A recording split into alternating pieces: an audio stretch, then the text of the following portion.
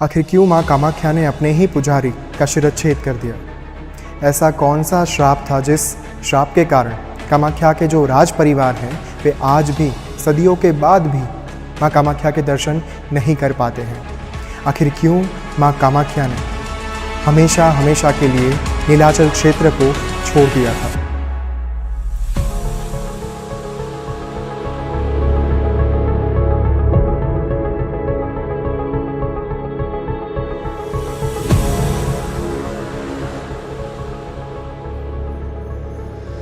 नमस्ते, आप सबको मेरा प्रणाम।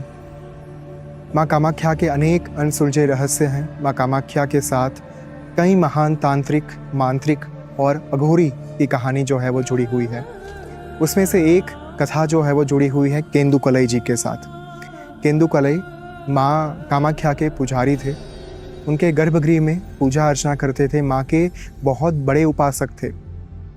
किंतु हुआ ये, वहाँ के जो राजा थे वे भी माँ कामाख्या के बहुत बड़े उपासक थे, जिनका नाम था नर नारायण, जो कूच बिहार डायनेस्टी के राजा थे।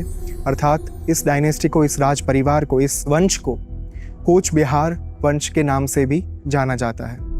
अब ये जो राजा नर नारायण थे वे माँ के बहुत बड़े उपासक होने के कारण नित्य प्रतिदिन माँ के दर्शन के हेतु नीलाचल क्षेत्र में आते थे। नीलाचल क्षेत्र अर्थात जहाँ पर नीलाचल पर्वत स्थित हैं, जहाँ पर माँ कामाख्या निवास करती हैं, नील पर्वत वासिनी। ये माँ कामाख्या के दर्शन करने के लिए जब नर नारायण राजा नीलाचल क्षेत्र में आते थे और केंदुकलई जी के साथ उनकी मुलाकात होती थी, केंदुकलई जी के माध्यम से वे पूजा अर्चना करवाते थे।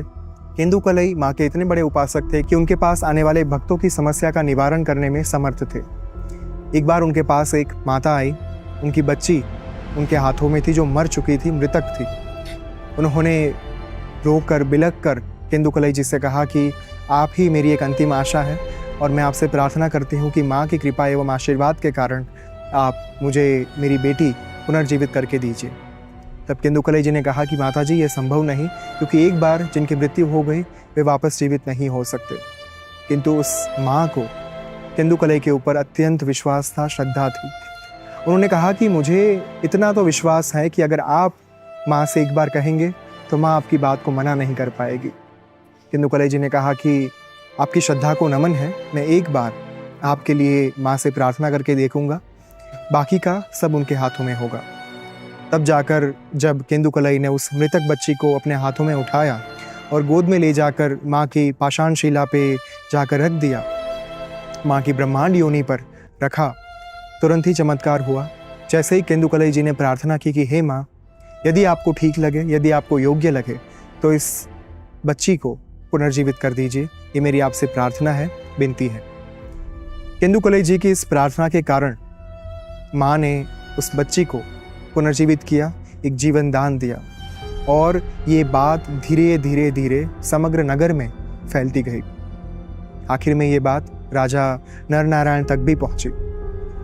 उन्होंने जब ये जाना कि केंदुकलई जी माँ के इतने बड़े उपासक हैं कि स्वयं किसी को जीवित करने की क्षमता रखते हैं, उस समय पर उन्होंने चाहा कि मैं माँ के दर्शन प्राप्त करूं।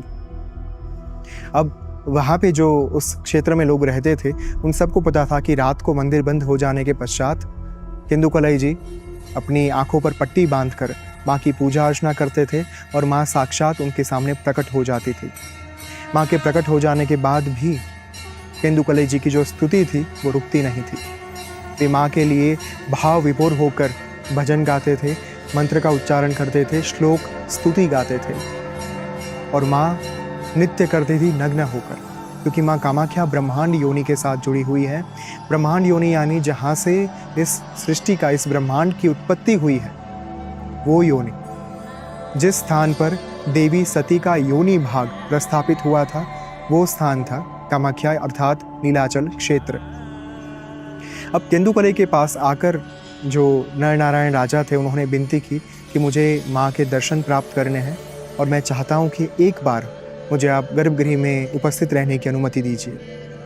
केंदुकलई जी ने कहा कि मैं आपको ये अनुमति इसलिए नहीं दे सकता क्योंकि मैं स्वयं भी माँ की जब पूजा करता हूँ रात को कपाट बंद होने के पश्चात, तब आंखों पर पट्टी बांधकर वो करता, और माँ की अनुमति के बिना ये कार्य मैं नहीं कर सकूँगा।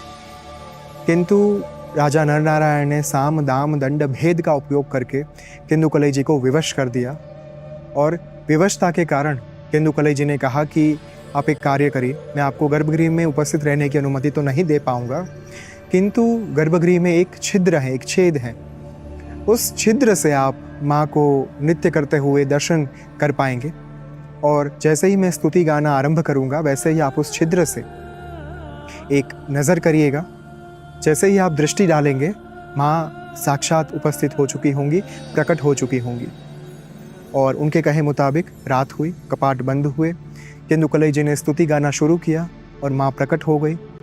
किंतु नृत्य होने से पहले माँ को ये एहसास हो गया कि उनके साथ धोखा हुआ है, और इस कारण से उन्होंने छिद्र से जो राजा नरनारायण उनको देखने की कोशिश कर रहे थे, प्रयास कर रहे थे, उस प्रयास के कारण सबसे पहले तो केंदुकलई जी का शिरच्छेद कर दिया, यानी कि उनका धड़ मस्तक से अलग कर दिया।